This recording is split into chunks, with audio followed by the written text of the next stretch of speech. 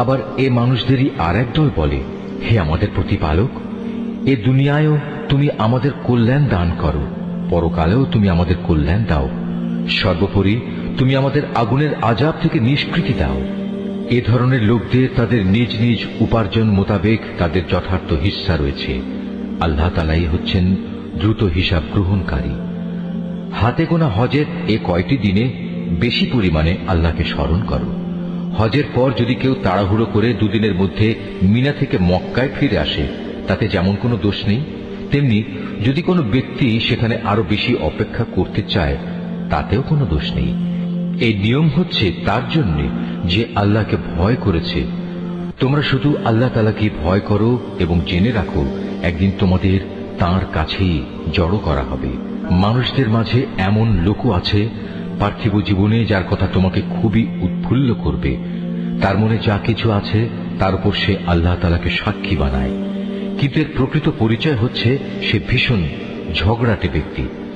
আবার সে যখন আল্লাহর জমিনের কোথাও ক্ষমতার আসনে বসতে পারে, তখন সে নানা প্রকারে অশান্তি সৃষ্টি করতে শুরু করে, জমিনের শস্য ক্ষেত্র বিনাশ করে, জীবজন্তুর বংশ নির্মূল করতে চায়।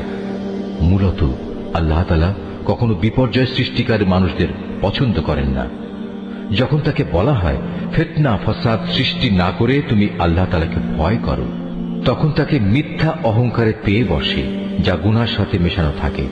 মূলত এ চরিত্রের লোকের জন্য জাহান্নামী যথেষ্ট, আর তা হচ্ছে একান্ত নিকৃষ্টতম ঠিকানা। এ মানুষদের ভেতর আবার এমন কিছু লোক রয়েছে যারা আল্লাহ তাআলার এতটুকু সন্তুষ্টি লাভের জন্য নিজের জীবন পর্যন্ত বিক্রি করে দেয়।